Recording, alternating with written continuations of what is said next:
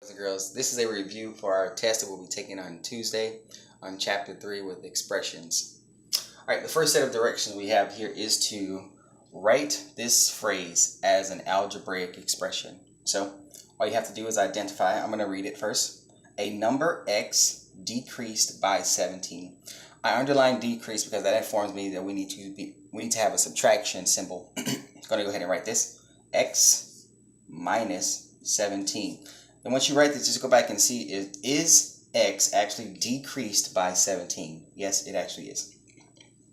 Second problem we have here is to, the directions for this is to simplify the expression and explain each step. So we've been dealing with properties. So one of the properties here we need to utilize is the commutative property. We have to change the position of w and 5.3 so we can actually add 5 3/10 plus 1 2/10.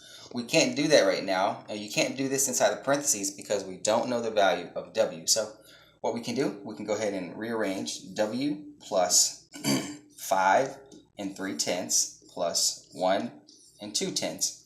And the property explaining concept is telling the property, commutative property of addition. And now we can simplify 5 3/10 plus 1 2/10. So we will have left with w plus, well, you add 1's tens place here, you're going to get 5. In the 1's place, you're going to get 6. So 6 and 5/10. And that is in simplest form because we don't know the value of w. All right, here's another problem. Okay, this problem states we need to use a distributive property to simplify this expression. All right, so what we want to do is rewrite this as 4/7 times. Now we have to show the distributive property, so we need to write this mixed number in expanded form. So it's written like this: 4/1 plus 5/8. Now we can distribute 4/7 to both of these factors inside of our parentheses. So let's go ahead and multiply. 4/7 times 4/1 equals 16/7. Plus, bring my plus sign down. 4/7 times 5/8 is going to give me 20/56. And now you should be able to see our LCD is going to be 56. We have to have like denominators here. So what times 7 is 56? 8. Whatever you do to the bottom, you do to the top. We're going to go ahead and rename this. I'll just show you the multiplication of 16 times 8. That's 48. 128. So we'll have 128 over 56 plus 20/56. We're going to go ahead and add straight across. You're going to just add 20 to 128. You're going to get 148 over 56. Now you can simplify this. You can continue to use 2. But if you want to just have this in simplest form, look at the GCF. Potentially of this, I see that possibly we're just going to use 2 and continue to go on and simplify this. So half of 148, then half of 56. Half of 56 would be, well, let's do 48 first. I'll just do it all the way out. So we can show our work here. Half of this, 7, it goes 4 times, 74. Half of 56, just to show you again. Goes in there twice. It's 28. Now you can't simplify here. It's not done. You have to continue to simplify this process. Just use 2 again. I'm going to go ahead and simplify this as well with 2. So half of 74. I'll just show that again. 74. Half of 74. 2 goes into 7. 3 times 6. 1, 4. Is 37, so we'll have 37. Half of 28 is 14. Now, you can't leave this as an improper fraction. You have to go ahead and simplify this as well. So 14 goes into 27 2 times, which would be 28. 37 minus 28 gives us a difference of 9/14. And that is in simplest form, 2 and 9/14. All right, the last thing we have over here is solving this using the distributive properties for both of these problems. Again, you're going to distribute. Distribute means to give, and the main operation in which you're doing with the distributive property is multiplication. So continue to draw these arrows and put the multiplication symbol. We just don't want to forget what we're doing here.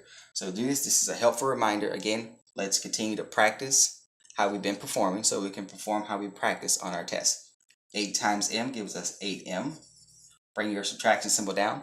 8 times 1 is 8. This is in simplest form. We don't know the value of m. All right, next problem. Same process. Distribute. Multiplication. 25 times z is 25z. Bring our addition symbol down. 25 times 4 is 100.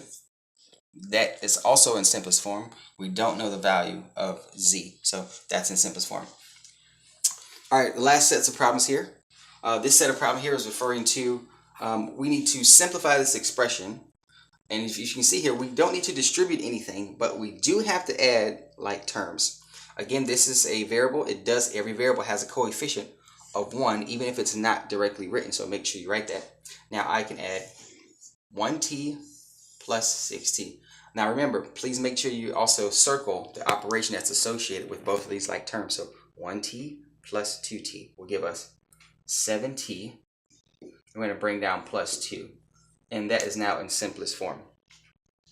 The last two sets of problems is factoring out this expression using a GCF.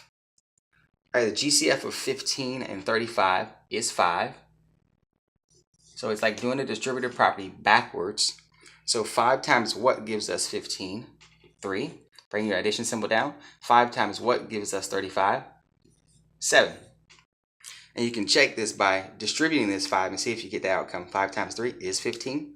5 times 7 is 35. All right, last problem. We have the same process. Factor out this expression using the distributive property. Again, just do the distributive property backwards. So how do we get to this point? That's what we're trying to find out. I'm going to go ahead and create the parentheses and put my plus sign here. Now, you have to find the GCF of 16 and 56. If you can't directly look at it right now and identify it, utilize a factor tree for 16 and a factor tree for 56. I know the GCF is 8. I'm going to put my 8 outside. This is GCF. The GCF goes in the outside of the parentheses. This is the number you're going to distribute inside to get these two factors.